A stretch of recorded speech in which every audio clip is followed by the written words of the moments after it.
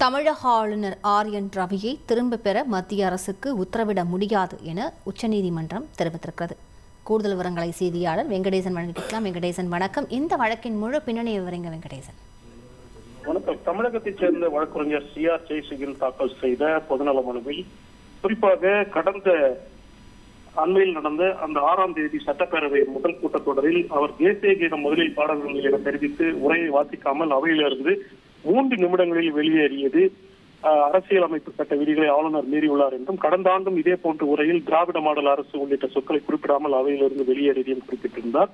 மேலும் இதுபோல சட்டப்பேரவையிலிருந்து ஆளுநர் வெளியேறுவது வெட்கக்கேடானது. 1967ஆம் ஆண்டு தொடங்கி தமிழ் தாய் வாழ்த்து பாடல் நிகழ்வில் தொடக்கத்தில் பாடப்பட்டு வருகிறது. தொடக்கத்தில் பாடப்பட வேண்டும் என்றும் விரைவில் தேசிய கீதம் பாடப்பட வேண்டும் என்ற விதியை தமிழக அரசு 1992ஆம் ஆண்டு வகுத்துள்ளது.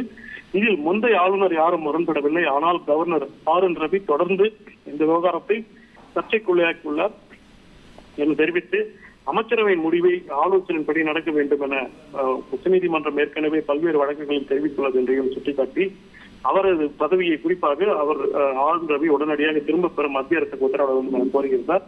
இந்த மனுவை உச்சநீதிமன்ற தலைமை நீதிபதி சஞ்சீவ் கண்ணா தலைமையிலான அமர்வு விசாரித்தது. இந்த மனுவை விசாரணைக்கு ஏற்க முடியாது என்றும், இது போன்ற கோரிக்கையை பரிசீலிக்க முடியாது என தெரிவித்து மனுதாரர் ஜெயசூரியன் மனுவை தள்ளுபடி செய்து உத்தரவிட்டுள்ளது. விவரங்களுக்கு நன்றி Venkatesan. Charles Group presents Startup Singham, co-presented by Zoho, powered by Sangeeta Gadgets. Watch every Sunday from 11:30 a.m. on Star Vijay TV and Hotstar.